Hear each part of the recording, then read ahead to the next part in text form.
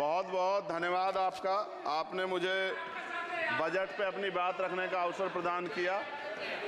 मैं अपनी बात को शुरू करते हुए बहुजन समाज में जन्मे सभी संतों, गुरुओं और महान पुरुषों को नमन करता हूं। साथ साथ मैं भारत की महान जनता का भी धन्यवाद करता हूं कि उन्होंने लोकतंत्र की रक्षा इस बार की है। सभापति महोदय, पिछले 10 सालों में सरकार की नीतियों के कारण गरीब और गरीब हुआ और अमीर हुआ है, यानी गरीबों और अमीरों के बीच फासला बढ़ गया है। सारे देश की संपत्ति को चंद अमीरों के हाथ में दे दिया गया है। ये हमारे संविधान की मंशा और समतावादी समाज के लक्ष्य के खिलाफ है। अतः हमारी नीतियां गरीबों के पक्ष में भी होनी चाहिए। जातिगत जनगणना, SC, ST, OBC यानी कि जो बहुजन समाज के लिए आज जीवन मरण का प्रश्न है, इसके बारे में कोई बात बजट में नहीं की गई है। इसके बाद जनसंख्या के अनुपात में बहुजन समाज को सभी क्षेत्रों में हिस्सेदारी मिलनी चाहिए, तभी बाबा साहब अम्बेडकर का जो सपना है समतामूलक समाज का, वो पूरा होगा। महोदय, एक ऐसा विकसित भारत है जिसमें आज भी सफाई कर्मचारी को पक्की नौकरी नहीं मिल रही है और उसको गटर में उतरने के लिए मजबूर किया जा रहा है। उनके लिए कोई अलग से बजट नहीं है। बजट बन सकता है अगर सरकार चाहे। SC, ST को जो सब प्लान मिलता था, SPC का जो पैसा मिलता था, वो बजट से हटा दिया गया है। साथ साथ देश के स्तर पे आशा, आंगनबाड़ी, भोजन माता, ग्राम सेवक, PRD जवान, होमगार्डों के मानदेय में बढ़ोतरी नहीं हुई है। ऐसा कुछ भी नहीं दिख रहा है कि उनके जीवन में खुशहाली आ जाए। इनका मानदेय बढ़ना चाहिए। विधवा, वृद्धा, विकलांग पेंशन प्रत्येक महीने 500 रुपए से बढ़ाकर 5000 रुपए की जानी चाहिए, क्योंकि महंगाई बढ़ रही है। देश में प्रधानमंत्री जन कल्याण योजना के तहत SC, ST, OBC और मुस्लिम को कितने घर दिए गए, इसका कोई आंकड़ा सरकार के पास नहीं है। देश में इसी तरह SC, ST, OBC के लिए कितने परिवारों को शौचालय की व्यवस्था कराई गई। आज भी सिद्धार्थनगर जैसे जिले और तमाम जिले जो हैं, वहाँ शौचालय की व्यवस्था नहीं है। इस पर ध्यान देना चाहिए। देश भर में SC, ST, OBC के जो रिक्त पद पड़े हुए हैं, बैकलॉग भरना चाहिए। सरकार ने कुछ नहीं कहा। ये कैसी विश्व की 5वीं अर्थव्यवस्था है जिसमें आज भी SC, ST पे अत्याचार हो रहा है, महिलाओं के साथ रेप हत्या हो रही है। NCRB का डाटा पढ़ेंगे तो खून के आंसू रोने पड़ेंगे। युवा बेरोजगार है, सड़कों पे 80 करोड़ लोगों को 5 किलो राशन में जीवन यापन करना पड़ रहा है।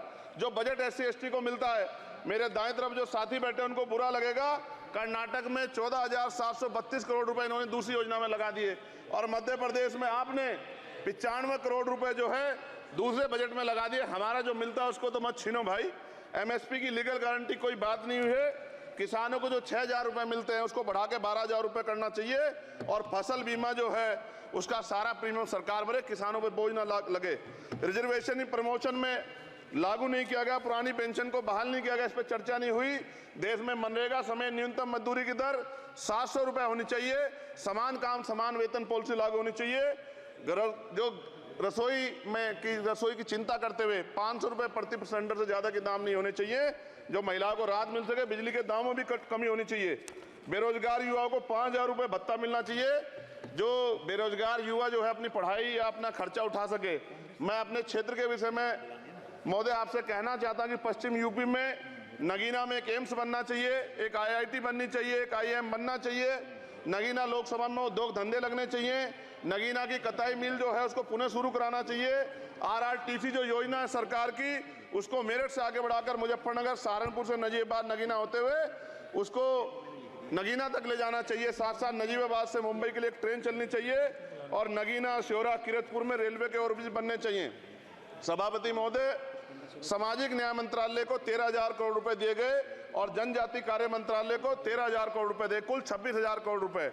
जो कुल बजट 48.20 लाख का लगभग 0.54% है, जबकि हमारी संख्या 25% से ज्यादा SC, ST की और बहुजन समाज की मिलाओगे तो 85% से ज्यादा है। और हमारे विकास के लिए सरकार 1% बजट 1% पैसा खर्च कर रही है, जो मिलना हमें चाहिए, जबकि मिलना हमें 25% चाहिए। ये ऊंट के मुंह में जीरा के समान है, कहावत हमने बहुत दिन सुनी थी।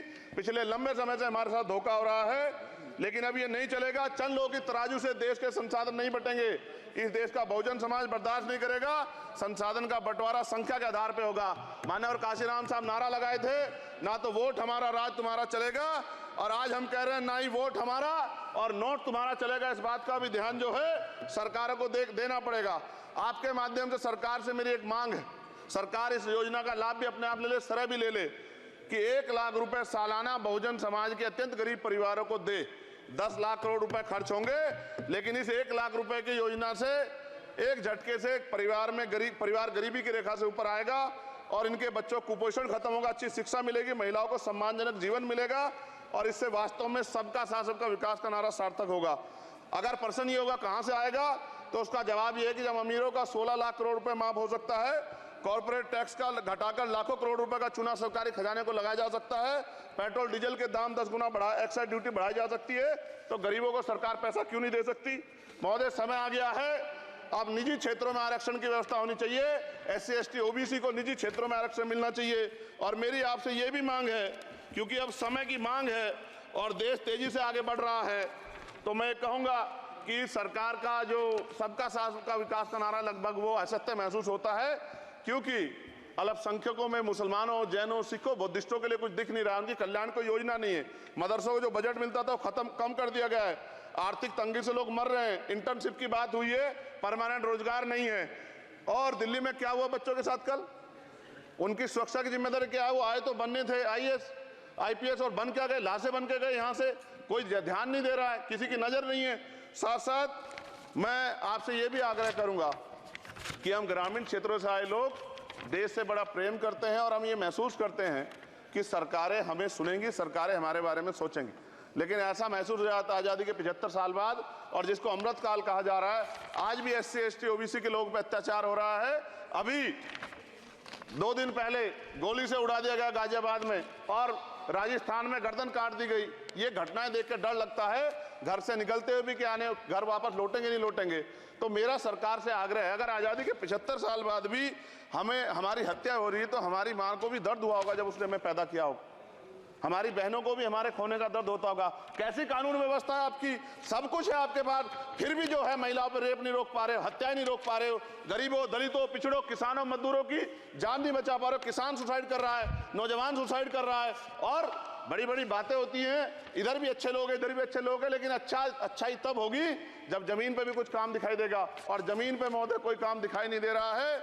जब कोई योजना की बात आती है तो सरकार हमसे मुंह मोड़ लेती है। आप बताइए, एजुकेशन का बजट कम कर दिया, हेल्थ का बजट कम कर दिया। मैं अपने क्षेत्र में गया तो आप विश्वास कीजिए, डॉक्टर नहीं है, स्कूल में मास्टर नहीं है, और कोई भर्ती ऐसी नहीं जिसका पेपर लीक नहीं होता है।